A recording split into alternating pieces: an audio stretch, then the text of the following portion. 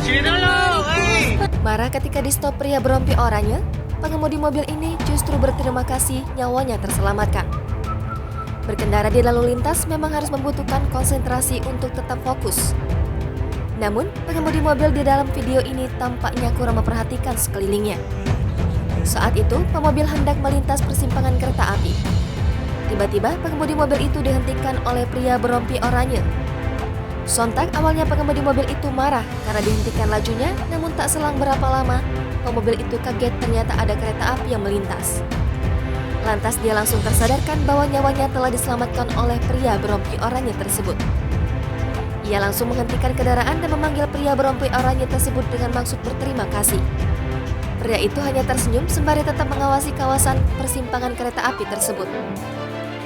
Setelah ditelusuri lebih lanjut, ternyata palang di persimpangan itu sering tidak tertutup sehingga pria itu berjaga di persimpangan dengan sukarela.